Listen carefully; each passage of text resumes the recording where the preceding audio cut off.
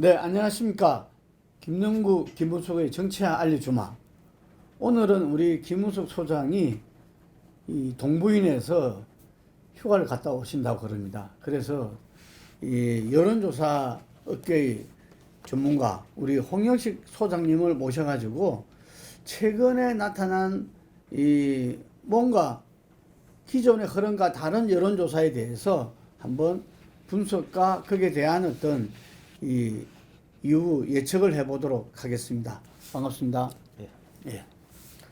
이 먼저 제가 좀 묻고 싶은 게 7월 말에 그 조사를 해서 8월 초에 발표가 된 건데 리서치 뷰죠. 7월 28일 31일간 조사 1일 동안의 조사를 하고 미디어 오널과 리서치 뷰가 조사 의뢰로 해서 리서치 뷰가 조사를 한 겁니다. 이게 그런데 이 대선 후보를 가상 대결로 물어봤어요. 물론 네. 특정 인을 집어넣은 건 아니고 민주당 후보와 야권 단일 후보 네. 보니까 6월 말에도 조사를 했더라고요. 네. 그때는 민주당이 10% 정도 앞서는 걸로 됐는데 이번에 민주당이 40일 야권 단일 후보가 42% 이렇게 나왔대요. 네. 깜짝 놀랐어. 이게 어떻게 된 겁니까? 뭐 지금 여론 흐름이 어느 정도 반영이 된 수치라고 봐야 될 것 같습니다. 지금 그럼에도 불구하고 한 달 상간에 민주당 후보가 10포인트 앞섰던 거로 되어 있었는데 야권 후보가 1포인트 앞서는 거로 바뀌는 거는 11%라는 지지율의 변화가 발생했다는 겁니다. 그러니까 우리가 소위 말하는 오차범위 그런 정도를 훨씬 벗어나는 실질적인 여론의 흐름이 나타났다 이렇게 봐야 될 것 같고요. 지금 이제 이런 그 흐름이 왜 발생했는지 그 부분은 요 지지율뿐만 아니고 우리가 정당 지지율, 대통령 지지율 이런 것들을 보면은 대통령 지지율의 하락 또는 지금 정당 지지율에서 여권의 하락, 야권의 상승 이런 것까지 다 종합해서 볼 때 일관된 하나의 트렌드로 이렇게 볼 수 있습니다. 제가 궁금한 거는 네. 이 말씀하셨다시피 대통령 지지율과 정당 지지율이 계속 이렇게 하락 추세인 것은 분명하죠. 네. 뭐 부동산이다, 뭐 여러 가지 문제 등등으로. 그런데 그 빠진 지지율이 미래통합당 쪽으로 가지는 않았거든요. 가지 않았는데 네. 이제 이 차기 대선 가상 대결에서는 다른 변수가 하나 있었습니다. 네. 그 중간에 차기 대권 주자들이 사실은 야권에서 그렇게 두각을 나타내는 인물이 없었어요. 예. 요 기간 중에 누가 등장을 했냐면은 윤석열 사무총장이 검찰총장이 등장을 하게 됩니다. 예. 그러다 보니까 뚜렷한 야권 대권 주자가 거론이 되지 않았던 또 그 총장이 거론돼도 6월 말보다는 7월 말에 훨씬 더 크게 부각이 되었던 거죠. 그러다 보니까 이 차기 대선에 두고 윤석열 변수가 반영이 돼서 지지율이 이렇게 더 올라간 게 아닌가 이래 보여요. 거기에는 특정 후보를 묻지는 않았지만 네. 이 야권은 지금 대선 주자가 기존에는 좀 지리밀려난 상태였는데 네. 윤석열 검찰총장이 지금 치고 올라와서 지금 3위 현지 이제 제법 됐잖아요. 그렇죠. 뭐 그리고 지지율도 완만하나마 조금씩 상승하는 네. 이런 모습인데 그것이 반영이 됐다. 그렇죠. 이게 이 어떤 후보가 나름대로 그 보수 지지 유권자들한테는 마음속에 좀 있다고 봐야 되겠네요. 여기는 지금 보수라기보다 야권이라고 표현했거든요. 설문지 구성에. 야권 단일 후보. 야권 단일 후보라고 했기 때문에 민주당 후보 외에 모든 지지자들을 염두에 둔 후보로서는 그렇게 보여지니까 꼭 그걸 보수로 볼 수는 없고 어찌됐든 현재 민주당을 지지하지 않는 후보로서 지지층으로 봐서는 윤 총장 정도를 어느 정도 긍정적인 평가를 하지 않느냐 이런 질문을 하게 되면 사람들은 자기 나름대로 생각하는 선호하는 인물을 다 나름대로 대입을 해서 응답을 하기 때문에 이제 이런 결과 나오지 않았나 이래 보여요. 지금 이게서 이 나머지 변인들을 봤을 때 이 네. 특징적인 게 33, 40대가 지금 이 정권의 어떤 콘크리트 지지층인데 네. 30대의 이반 현상이 나타납니다. 네. 30대가 37대 43으로 약간 단위로만 또 오히려 극이 되고, 그 다음에 30대 남성은 그 정도가 좀 심해져요. 그 중에서도. 예.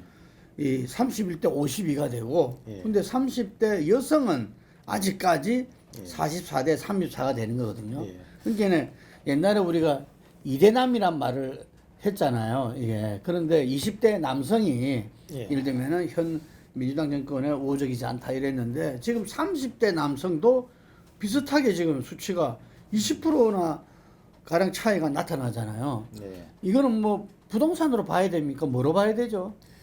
부동산뿐만 아니고 지금 이 취업에 대한 압박, 이거는 뭐 남자 여자 다 동일합니다만은 아직도 우리나라 사회가 보면은 이 남자가 더 압박이 크다고 봐야 되겠죠.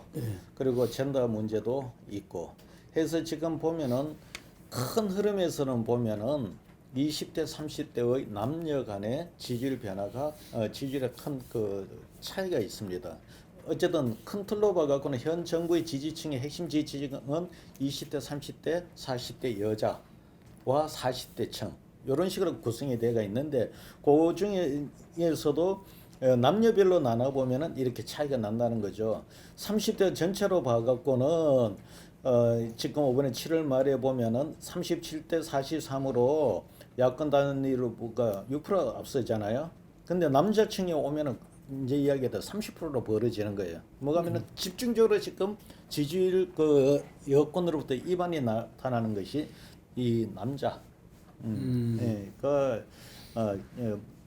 크게 나타나고, 문제는 여성도 지금 흔들리는 거예요. 단지 이제 남자에 비해서 상대적으로 앞서 있다는 것뿐이지, 한 달 전에 비하면 63에서 44포인트로 지금 약 20포인트 하락하게 됩니다. 이것은 무슨 얘기냐면 30대들이 제일 큰 이슈가 결혼하고 주택 장만하는 문제입니다. 그래서 근저에 이것이 그 부동산 문제가 크게 이슈화 되면서, 우리가 보통 결혼할 때 그렇지 않습니까? 집은 남자 쪽에 마련합니까? 여자 쪽에 마련합니까? 이 부분에 대해서는 30대 전체가 주택 문제에 대해서 큰 그 부담을 안지만 남자가 훨씬 더 크게 부담을 안기 때문에 이런 수치가 나온다고 보면 될 겁니다. 이게 한 달 전에 30대가 60대 28, 40대가 54대 28. 네. 그러니까 30, 40대가 콘크리트 지지층이다 말할 정도였죠, 이게. 그렇죠. 그런데 이게 확 바뀌는 겁니다. 30대에서는. 네. 이게 그래서 30대가 이 6월 말에는 남성도 57대 30이었어요. 이게 민주당 지지가 훨씬 높았는데, 네. 그럼 이 변화는 엄청난 건데, 지금 말씀하신 대로 이 30대 여성 또한 63에서 44가 된 거거든요. 예. 20% 정도는 다운된 거죠, 이게. 이거는 아까 말씀드렸듯이 우리나라 첫 주택을 장만하는 게 누군가요? 30대죠. 결혼해서 주택을 마련하는데 이 문제가 제일 큰 고민으로 와닿는 게 30대층이라는 거죠. 그러다 보니까 40대에 비해서 30대가 더 급격하게 지지율이 하락을 하는 겁니다. 그리고 상대적으로 아까 말씀드렸듯이 우리나라 어쨌든 결혼했을 때의 그 관행이 남자가 주택에 대한 책임을 더 크게 지는 상황이라는 거죠. 좀 더 나타났다. 그래서 네. 엄밀한 의미로 보면 이렇게 여론조사를 뭐 지금 이렇게 한 30년간 쭉 해오셨지만, 우리가 이 정책적 요인, 예. 이런 부분들이 지지율하고 연결되는 게 우리나라는 좀 둔감했잖아요. 이게. 사실 둔감했죠. 예. 근데 근자의 경제적으로 어려움이 자꾸 더 커지다 보니까 이 경제적 어려움이 커지는 거에 비례해서 유권자들이 정책적 관심이 자꾸 높아지고, 정책적 이 판단에 있어서 옛날에는 이념적인 잣대에서 봤다기보다는 이제는 구체적으로 그 정책이 자기 자신에게 이해관계에 어떻게 연결이 되느냐, 이런 식으로 계산하면서 보는 경향이 굉장히 커지고 있습니다. 예. 뭐 어떤 면에서는 그런 부분에서는 좀 국민이 정치를 바라보는, 정치권을 바라보는 부분들이 상당히 좀 이렇게 이 날카로워졌다 할까 상당히 까다로워졌다고 볼 수 있겠네요. 그렇죠. 과거에 뭐 이념 중심 또는 지역 중심으로 정치를 바라보는 것보다는 이제는 정책 중심으로 바라보고 판단하는 것이 바람직한 방향이고, 그래야만이 정치인들이 거기에 대해서 유권자가 무서운지를 알게 되고 유권자가 원하는 정책 방향으로 갈 수가 있죠. 예, 하나만 더 여쭤보면은 서울은 이전에도 그 군부 독재 시절에도 야당이 지지율이 높았잖아요. 네. 예, 서울 지역은. 네. 그리고 이번 지난 총선만 하더라도 서울에서 뭐 거의 이 요즘 뭐 이렇게 유재석이 말처럼 삭스리를 네. 이렇게 할 정도인데 민주당이 서울에서 지금 이게 34대 50으로 나왔어요. 이것도 아주 충격적인 이야기거든요. 충격적이죠. 네. 지금 34대 50 약간 높을 수는 있다고는 그렇죠. 보는데 이 네. 수치를 우리가 해석한다면 무려 16포인트는 높다는 거 아니에요. 예. 그러면은 이 수치대로 이야기하면은 다음 대선 뭐 진짜 그 민주당이 어려울 수가 있다는 겁니다. 물론 여기에서 야권을 단일 후보로 상정을 했는 것이 예. 뭐 이게 현실로 그대로 적용된다고 보기는 어려운데요. 사실 서울은 지지율에 큰 이 차이가 나도 민주당이 앞설 때는 크게 앞설 수는 있어도 이 보수 진영이 앞설 때는 이렇게 큰 차이로는 앞서지가 않거든요. 약간 앞서는 정도로 예. 해서 우위를 점하는데 지금 현재 보면은 16포인트라는 거는 역대 지금 선거 상황에서도 이런 수치로 보수 진영이 서울에 두고 압도한 적은 잘 없습니다. 예.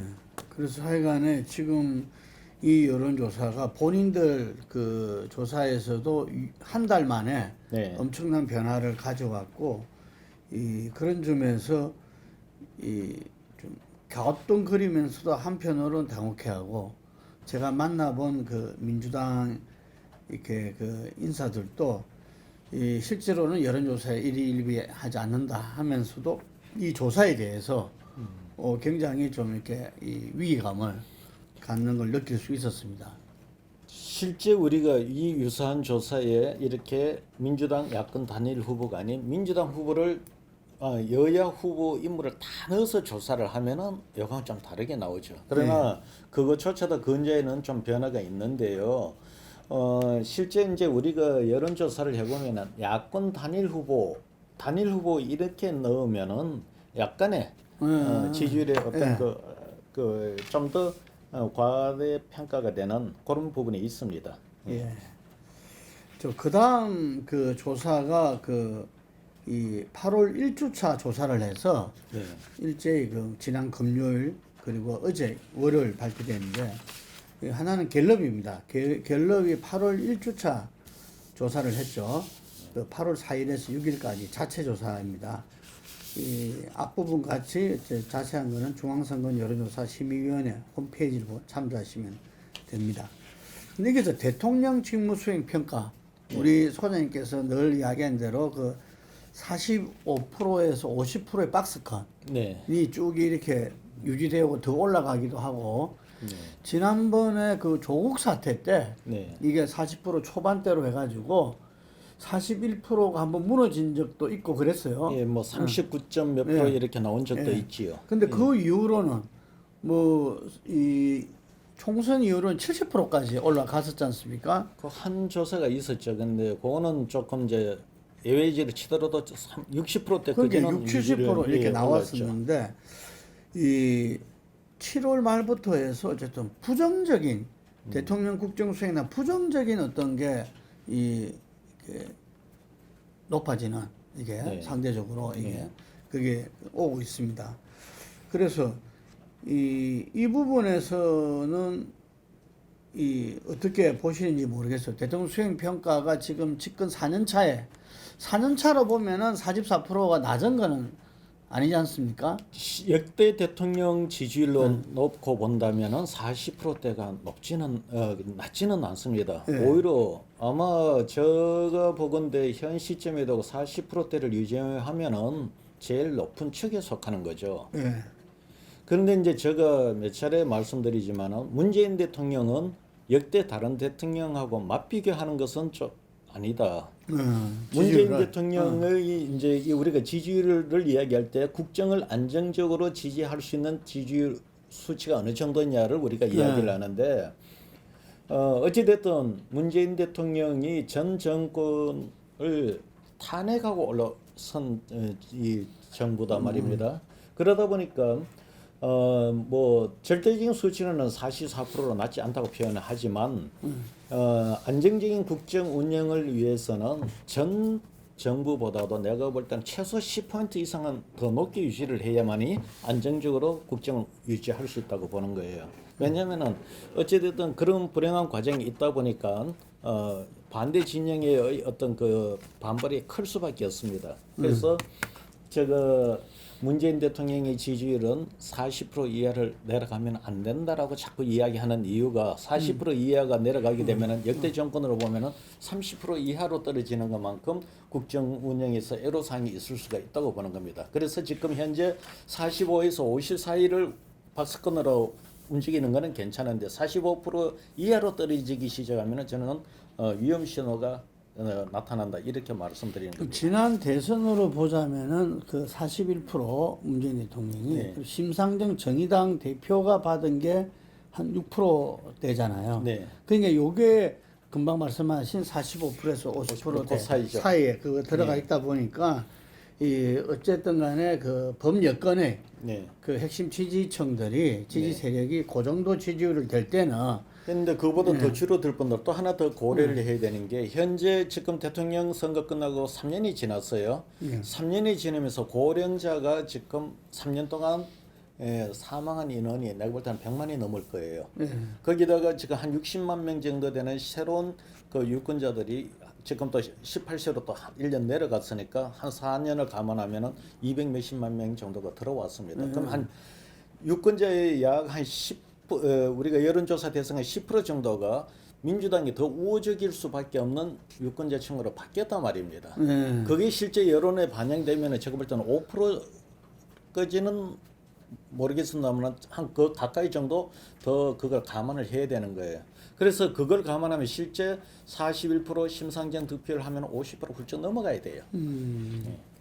그 우리가 이 마지막에 제가 여쭤보려고 그랬는데 그 말이 나온 김에 그 우리가 이 흔히 말해서 그 뭐 기울어진 어떤 이 판이다. 뭐 네. 이러냐 이전에는 보수 쪽으로 기울어진 운동장이었다 이런 말을 많이 했잖아요. 네. 근데 21대 총선을 갖다가 평가 분석을 해보니 네. 실제로 이제 진보로 약간 이렇게 5 내지 10% 정도가 기울어진 거 아닌가 이런 분석도 있었어요. 예, 정치 성향이죠. 예.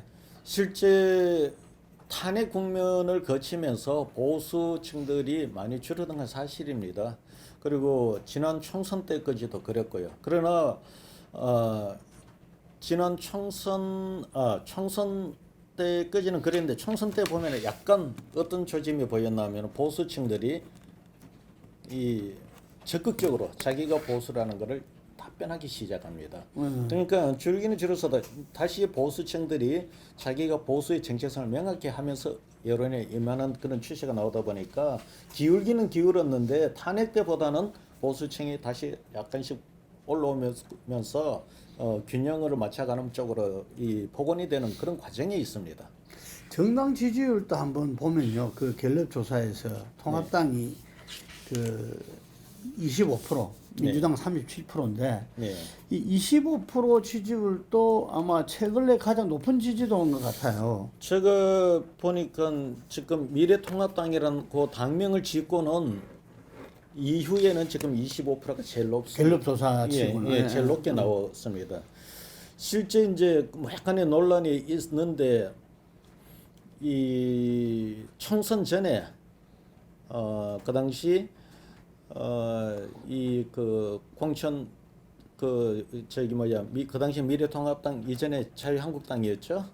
예, 그때 이제 그 뭐 공천하는 과정에도 그 초기 공천이 그 보수 쪽에서 이루어지고 이 코로나 사건이 본격화하게 되기 전에는 보면은 민주당 지지율이 한 36, 7%까지 그때 한번 내려간 적은 있어요. 예. 있는데 그 이후에는 40%대를 거의 유지를 해왔었거든요. 예. 해왔는데 지금 37%대로 지금 다시 떨어졌어요. 아까 이야기했던 그 시점이 보면은 7월달 들어와서 떨어진 거죠. 예, 지금 이 지지율이 갤럽 지지율에서 37%는 상당히 그 낮은 지지율이에요. 지금까지 이루어진 여론조사에서는. 네. 근데 이건 이제 정당 지지라는 게 그렇습니다. 물론 저기 민주당 지지자가 미래통합당 지지율로 바로 가는 건 아니지만은 정도라는 그 저기 무당층의 거기 그 경유지가 있기는 해도 항상 1% 떨어지면은 1% 올라갈 확률이 높은 이런 관계에 있습니다. 그래서 지금 지지율은 12%포인트 차이지만은 여기다 이 민주당이 한 2, 3%만 떨어지면은 미래통합당의 지지율도 또 올라갈 가능성이 높기 때문에 격차가 한 자릿수로 좁혀질 가능성도 상당히 높습니다. 또 리얼미터 조사까지 보고 예. 다시 이어가도록 하겠습니다. 리얼미터 조사는 2020년 8월 3일에서 7일까지 조사를 했고 리얼미터 자체 조사입니다. 예. 예, 말씀드린 대로 자세한 내용은 중앙선거 여론조사 심의위원회 홈페이지를 참고하시면 되고요. 근데 여기는 8월 초 조사인 건데 예. 이 민주당이 35.1, 예. 통합당이 34.6입니다. 이 딱 붙었어요. 예. 불과 0.5%포인트죠. 예. 대통령 수행 평가는 이 긍정이 아까 갤럽 44인데 이게 43.9 거의 예. 비슷하죠. 예. 근데 부정적인 여론이 아까는 46이었는데 지금 이게 52.4% 예. 이렇게 나오고 있습니다. 예. 리얼미터 조사는 본래 조금 갤럽하고는 차이가 늘 있어 왔잖아요. 그 이제 LS를 많이 반영하다 보니까 정치에 아무래도 좀 더 관심이 많은 층들 중심으로 되다 보니 무당층이 적게 나오고 부당층이 더 높게 나오는 잘 모르겠다가 적게 나오고 부정적인 평가 높게 나오는 그런 경향이 있습니다. 그러니까 갤럽은 전화 면접 사람이 전화를 걸어서 그렇죠. 이렇게 물어보는 거고 리얼미터는 ARS 조사 기계 녹음해서 기계음으로 들어가서 그러다 보니 거기 응답률이 낮습니다. 응답률이 낮다는 거는 정치에 관심이 많은 층이 위주로 응답한다는 그런 이야기입니다. 응답청은 어쨌든 간에 전화 면접보다는 ARS가 네. 그 정치에 대한 뭐 관여도로 치자면 더 높다. 정치에 관심이 더 있기 때문에 응답한다 이거죠. 예, 그러니까 항상 이제 정당 지지율에서 무당층 또는 이거 평가대가 잘 모르겠다 이런 것이 ARS 조사가 항상 더 적게 나옵니다. 그런데 응답률 이야기가 나와서 그런데 지금 ARS는 평균 응답률이 4, 5% 선입니다. 평상시에. 선거철이 아니면 그 정도 나올 수가 있는데 그보다는 조금 그 정도 나오거나 좀 더 떨어질 수도 있고 이렇습니다. 그럼 전화 면접 한 어느 정도입니까? 10%가 넘어가죠. 예. 그런데 제가 이제 이전에 들은 이야기가 미국에서는 뭐 15% 이상 안 되면 공표를 안 한다, 못 한다, 뭐 이런 말이 있고. 근데 이 응답률 차이가, 근데 ARS 조사들이 또 어떤 면에서는 정확하게 그 예측한 경우도 많았거든요. 이건 어떻게 봐야 됩니까? 응답률. 선거 여론 조사는요. 예. 저기 우리가 ALS 조사의 논쟁의 핵심은 뭐고 하면은 응답자가 성이나 연령을 저기 허위로 응답을 해도 구분이 안 된다는 겁니다. 그렇게. 근데 예측에는 선거 예측에는 응답자가 남녀나 연령을 어떻게 눌러도 상관이 없어요. 그렇게 높게 그러니까 응답 예측률에는 큰 문제가 없습니다. 근데 문제는 그걸 분석할 때 20대, 30대, 40대 연령 또는 남녀를 분석할 때는 이제 저기 혼란이 올 수가 있죠. 예. 그러면 지금 리얼미터에서 정당 지지율이 거의 0.5% 차이 그렇게 딱 붙었다고 이야기를 한다면 그것도 상당히 좀 의미 깊게 봐야 되겠네요. 어찌됐든 뭐 조사 방법론상의 차이는 있긴 해도 이 리얼미터 조사에서 이런 지지율 차가 좁혀졌다는 거는 전체적인 흐름에서는 뭐 맞죠. 맞는데 숫자가 좀 다른 게 문제인데 그렇기는 해도 트렌드를 우리가 인정한다 손 치더라도 민주당 입장에서는 굉장히 곤욕스러운 수치가 될 겁니다.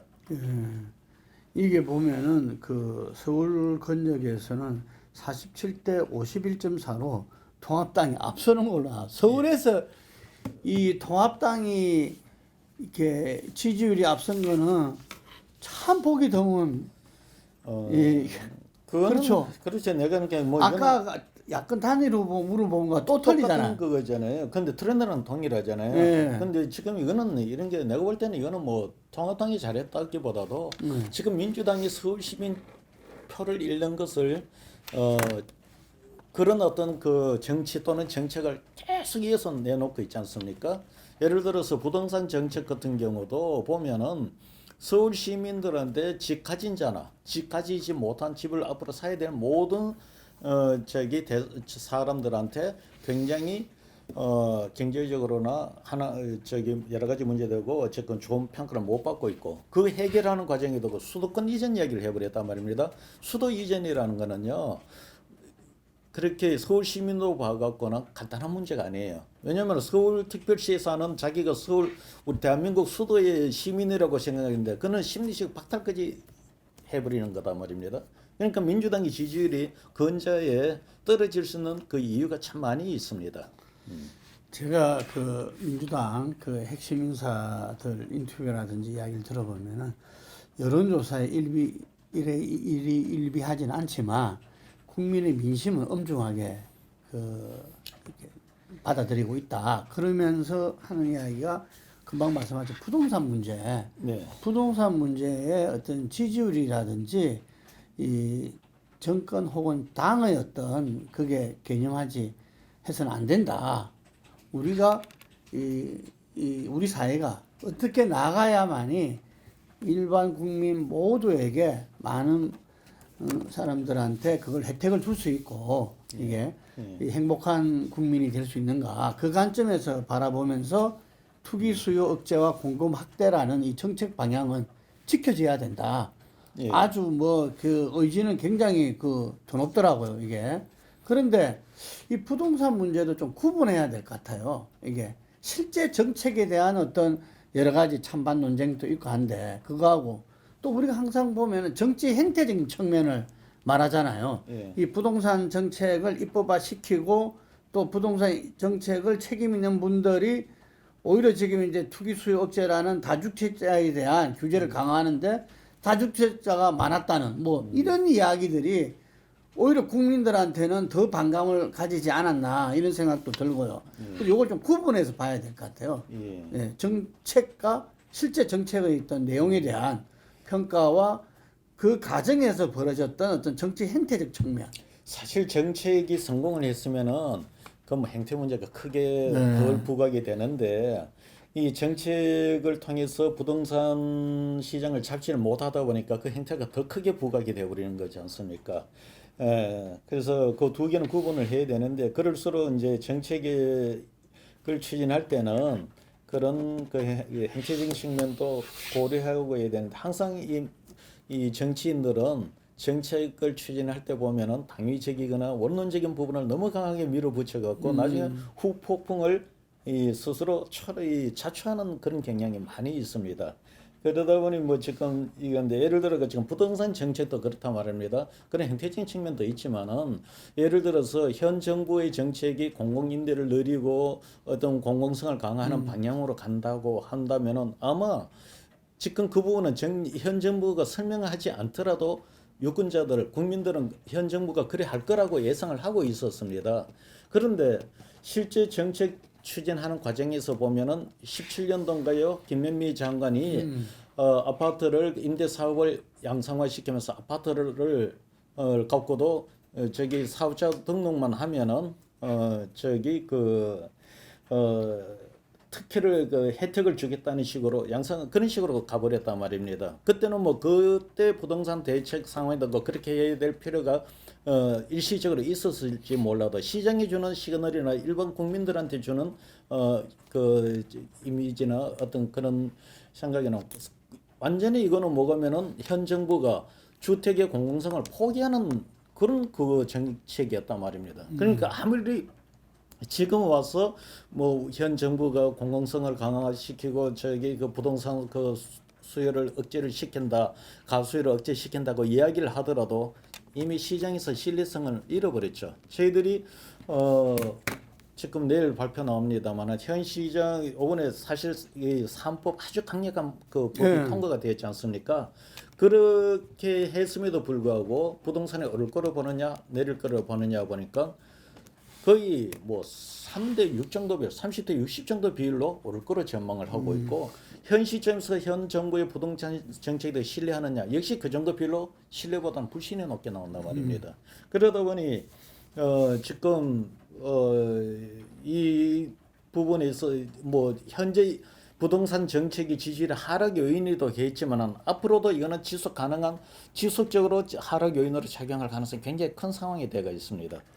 저는 그 부분에서 한 두 가지를 짚고 싶은데 하나는 어떤 이 정치 세력 간의 어떤 서로 간에 이렇게 이 전략적인 어떤 맞부딪힌 부분에서 사실 그 미래통합당은 이번 총선 이후에 저 당이 유지될 것인가? 하도 그 당이 어려우니까 외부 인사를 그 비대위원장 사실 지금 당 대표로 앉혀놓은 거나 마찬가지잖아요. 네. 이게 그래서 조혜진 의원이 뭐 지금 현재 있는 국회의원 103명은 금지산자냐 뭐 이런 말이 나올 정도로 어려운 상황이었는데 지금 아까 우리 조사 여론조사에서 봤듯이 좀 회복되고 있는 거죠. 그게 네. 이게 이제 제가 들어보니까 이 여야가 공이 다 인정하는 것 같아요. 민주당이나 통합당이 뭐냐면은 이게 총선 결과로서는 네. 자기들의 어떤 주도적으로 뭘 어떻게 이 국정에 이 자기들이 그 임할 수 있는 그런 상태가 못 된다. 이러다 보니까 그때 이 피해자 프레임을 갖다가 동원했다.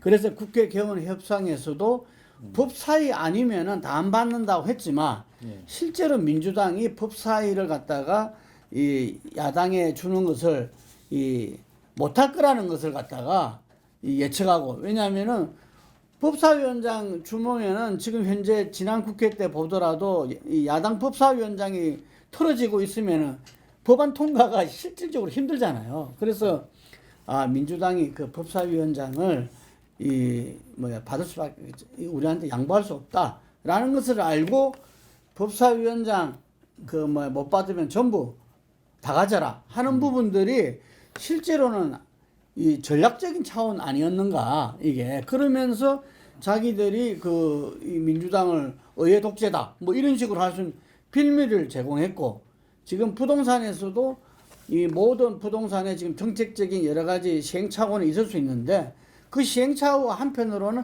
민주당이 밀어붙여 가지고 이게 이루어진 것이다. 자기들은 이렇게 워낙 지금 당세도 약하고 이러다 보니까 일방적으로 밀릴 수밖에 없었다라는 피해자 프레임을 활용한 측면이 크다. 이렇게 여야 공이 인정하고 있어요. 그 부분은. 전략적으로 보면은 사후적으로 그렇게 해석할 여지가 분명히 있죠. 있는데 그러나 법사위원장의 경우도 사실 지금 야당이 법사위원장을 갖는 건 하나의 관행이 되고 있단 말입니다. 어찌됐든 이제 그 국회에 있어서도 어느 정도 균형을 맞추기 위해서 우리가 그렇게 관행을 갖고 있었는데 민주당이 그 부분에 있어서 법사위원장을 꼭 가져야 된다는 부분에 대해서 충분한 유권자들한테 설명이 안 되다 보니 거기 뭐 그런 그 피해자 프레임이 야당을 가질 수 있는 그런 상황이 된 거죠. 그리고 지금 또 하나는 그렇습니다. 이 부동산 문제요. 내가 볼 때는 미래통합당이 지금 정권을 잡아도 이 부동산 잃을 겁니다. 왜냐하면 우리나라가 무역에 되고 이 흑자를 유지한 게 지금 거의 뭐 개월수로 따지면은 뭐 6, 7년, 7, 8년 정도 될 거예요. 그러다 보니까 우리나라에 지금 부동자금이 엄청나게 많습니다.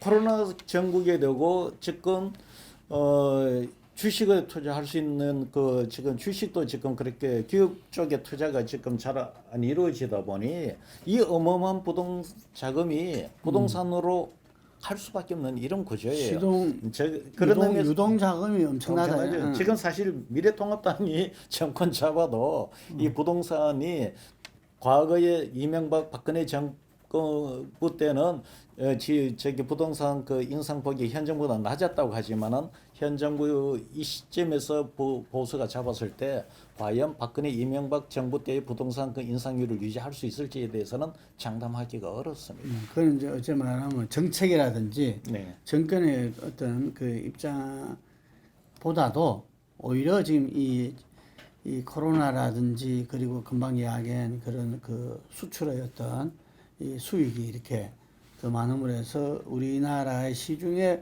유동 자금이 엄청나게 지금 그 된 상태에서 이 주식 투자로 기업 투자로 이렇게 가지 못하고 있는 그 이 유동 자금이 엄청나다. 그래서 그 부동산으로 일정 정도 갈 수밖에 없기 때문에 이거는 여야 진보 보수의 문제가 아니다 이런 말씀이네요. 사실 지금 시중 금리도 그렇지 않습니까? 예. 금리도 뭐 지금 은행에 놓은 그렇죠. 돈들 그게 뭐 아무런 의미도 없고 이 자본이라는 것이 특징이 어디든 투자처를 찾아서 확대 재생산하려고 하는 이윤을 추구하는 것이 기본 생리다 보니까 그렇죠. 예. 지금 그 동력이 너무 큰 거예요. 예, 잘 알겠습니다. 그래서 또 한편으로는 이 부분에서 우리가 대통령제에서는 우리가 익히 봤던 게 이 여러 가지 뭐 정책에 대한 어떤 당위론과 어떤 현실적인 필요도 다 있지만 그게 실제 어떤 실천 과정, 실행 과정에서 국민들과 또 실제로 그 정책의 성공을 가져오지 못했을 때는 그것을 주도한 실행한 사람들의 교체, 인사 교체로 통해서 또 그 정부가 또 새롭게 국민들한테 사인을 주고 하는 건데 문재인 정부는 거기에 대해서 굉장히 나름대로 그 철학인 것 같아요. 이게 어떤 신뢰, 그 아마 그 대통령께서 같이 국정을 끌어가는 그 장관 또는 이 청와대 보좌진에 대한 신뢰로 좋게 해석을 할 수가 있는데 처음에 그런 말 했잖아. 임기 말까지 같이 간다 이런 말도 했잖아. 임기 말까지 그거는 내가 볼 때는 대통령으로서는 개인적으로는 그런 이야기를 할 수 있지만은 국민들을 대상으로 통치를 하고 그 각 부서에 책임을 지는 상황에도 그 실패라면 바꿔야죠. 지금 뭐 곧 나오겠습니다만은 예를 들어서 추미애 장관이나 실제 김현미 장관 같은 경우는 교체급이 굉장히 높게 나와요. 근데 지금은 제가 좀 의아한 게 실제 비서실장이 누가 갈지 모르겠는데 유임한다고 오늘 아침에 나오던데. 유임이라 나왔습니다만은 일부 언론에서는 어떠냐면은 차기 비서실장으로 이름이 거론되는데 김현미 장관이 거론되더란 말입니다. 봤습니다, 저도. 그래서 예. 제가 참 이해가 안 되는 부분이 그런 거예요. 그래서 지금 국민들이 일정 부분 지금 한 3년 차에 오면서 어떤 부분에 좀 답답함을 느껴요. 대통령의 지지율 초기에 아주 포용적이고 관용적이고 또 이렇게 소통하는 그런 이미지가 처음에는 상당히 긍정인데 지금에 와서는 인사 문제라든가 몇몇 정책 부분에 와서는 너무 그 입장을 안 바꾸려고 한다. 이러다 보니까 국민들이 이제는 피로감을 좀 느끼는 것 같습니다. 예. 하여간에 그 금방 이야기하신 그 뭐 추미애 장관 이야기는 별도로 치더라도 지금 김현미 국토부 장관 같은 경우에서는 이 설사 그 정책의 방향성은 맞다고 하더라도 이 20여 가지 번의 어떤 이 정책 발표가 시장에 혼선을 주고 상당히 이 부동산 문제 해결에 이렇게 많은 이렇게 이 어려움을 갖다가 나타냈다는 측면에서 한번 그리고 김현미 장관 또 오래 됐지 않습니까? 우리가 알다시피 지난번에 장관을 교체하려고 인사청문을 했다가 실패하는 바람에 그대로 지금 유임이 됐잖아요. 이게 그래서 그런 측면도 고려했을 때 아마 이 문재인 대통령도 한번 인사가 만사다는 말도 있는데 인사의 혁신을 통해서 또 국민들한테 사인을 주는 것도 필요하지 않나 이런 생각이 들고요. 그리고 지금 여당에서 이 부동산 문제에서 여기서 밀리면 큰일 난다. 뭐 어떤 이야기는 정권의 명운을 건다. 이런 이 개념으로서 부동산 문제를 바라보는 거는 제가 생각할 때 여건에도 전혀 도움이 되지 않으리라 봐요. 예. 어떻게 보십니까? 발등에 불은 맞죠.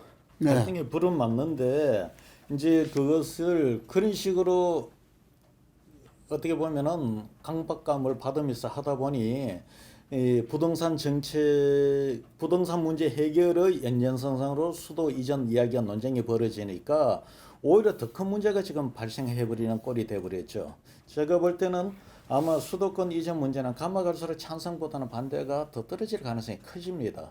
그러다 더더욱 이 지금 보면은 수도 이전 정도가 되려 그러면은 찬성이 한 70% 넘어야 돼요.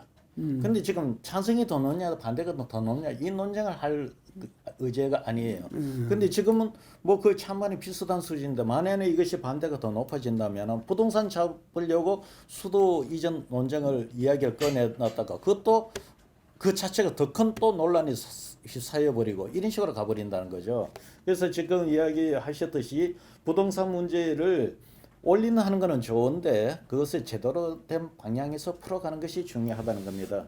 근데 여기다 내가 하나만 내가 말씀을 드릴게요. 지금 이제 이런 전체 지지율의 변화가 보면은요, 참 우리는 이한 게 우리가 그것이 부동산 문제든 와 같은 개별적인 정책 문제든 대통령 지지율이든 정당 지지율이든 아니면 자기 대권 이런 지지율이든 보면은 여기에서 어느 층에서 변화가 움직이냐면은 보수와 진보층은 큰 변화가 없습니다.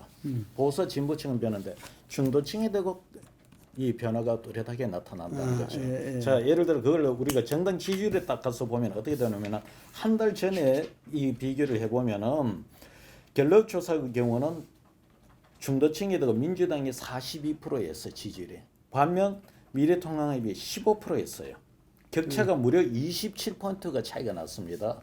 그런데 8월 첫 주에 오면은 그것이 35대 22로 바뀝니다. 그러면 격차가 얼마냐? 13포인트로 줄어듭니다. 그러니까 진보 그 기간 동안에 보수의 미래통합당 지지, 진보의 민주당 지지는 뭐 약간은 오히려 더 강화되는 조금 뭐 해봐야 뭐 1, 2포인트 이런 정도밖에 변화가 없는데 중도층에도 이렇게 큰 변화가 벌어진다는 거죠. 리얼미터는 어떻게 되냐? 34.9 대 32.0으로 2.9포인트가 민주당이 우위였습니다. 한 달 전에. 근데 지금은 31.5 대 37.4로 오히려 미래통합이 5.9% 앞섭니다. 결국은 지금 정책이든 여러 가지든 보면은 이 흐름의 변화에는 중도층이 변하고 있는 것이 반영이 되어서 나타나고 있다. 이렇게 보시면 될 것 같습니다. 예. 그 실제 선거에서나 이런 그 여론조사에서 지지율에서 중도층의 어떤 그 민심 지지율 변화를 갖다가 주목하지 않을 수 없을 것입니다. 이게 어떤 면에서 이렇게 보수 진보의 이 정당의 어떤 그 이념의 지지 세력들은 그 변동폭이 크지 않죠, 항상. 네. 근데 중도층은 아까 우리가 이야기한 대로 어떤 이 정책적 부분에 자기 삶에 관계된 부분에 좀 민감하게 네. 한다. 그래서 이 리얼미터 조사도 이런 이슈에 민감하고 이렇게 그 상당히 정치에 관심 있는 층에서 분명한 변화가 감지됐다. 네. 그리고 그 핵심에는 바로 중도층의 변화를 네. 갖다 유의 있게 봐야 된다. 이렇게 볼 수 있겠습니다. 예, 그 오늘 우리가 그 7월 말 8월 초에 나온 여론조사 이 세 개를 놓고서 지금 민심의 변화 이런 걸 봤습니다. 이 미래통합당은 현재 그 어떻게 말하면 좀 어부지리 상황이죠.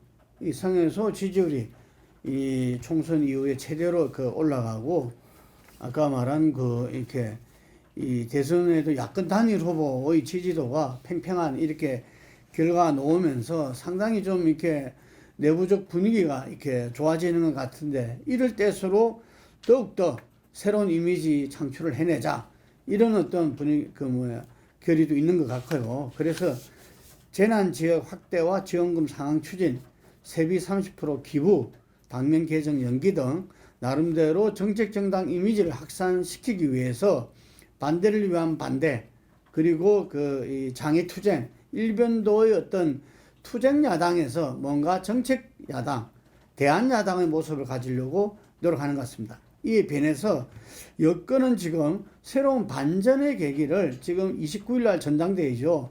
전당대회를 통해 새로 선출되는 당 지도부에 좀 기대하는 분위기 아닌가. 지금 청와대도 수석 비서관이 일괄 살피를 했는데 아마 선별 수리되고 이렇게 단계적으로 될 것이다. 이런 이야기들이 나오고 있습니다. 그런 가운데서 이 새로운 당대표와 대선 후보군을 통해서 어떻게 말하면 큰 틀의 어떤 정책 방향, 아젠다, 실천 전략 제시가 좀 필요한 상황 아닌가 이렇게 보여집니다. 자, 우리 소장님 마지막으로 하실 말씀 있습니까?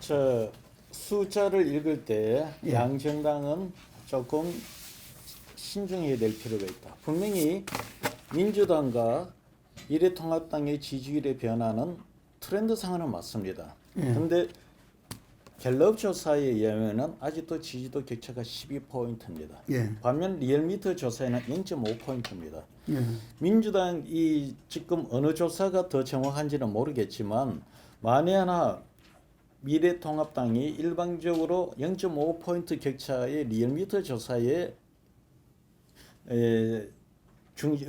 여기에 의존을 한다면은 어떻게 보면은 현재 변화 혁신이 성공했다고 볼 수가 있겠죠. 반면 갤럽 여론 지표를 보면은 아직도 미래통합당은 바뀌거나 혁신해야 될 부분이 굉장히 많이 남아있다. 예, 예. 이렇게 해석을 할 수가 있습니다. 그리고 두 번째는 아까 처음 우리가 이야기했던 이 가상 대결이 있죠. 네. 여기에 대고 민주당 후보가 41%, 야권 단일 후보가 42% 정도가 되니 우리 미래통합당이 우리 권력을 정권을 찾을 할 수 있겠다 이런 생각을 하는지 모르겠는데 여기는 아까 이야기했듯이 윤석열이라는 그 변수가 여기에 반영이 되어 있다는 겁니다. 윤석열이라는 인물이 미래통합 후보가 될지 아니면 제3의 후보로 나갈지도 지금 모르는 상황이 되고 마치 이 수치를 갖고서 미래통합당이 다음 권력을 잡을 수 있는 걸 해석하는 것은 굉장히 위험하다 이렇게 말씀드리고 싶습니다. 예, 그 윤석열 검찰총장이 뭐 대선에 나갈지 안 나갈지도 모릅니다. 네. 지금 어쨌든 작년 말에는 그 여론조사에서도 빼달라 그래 이야기했고,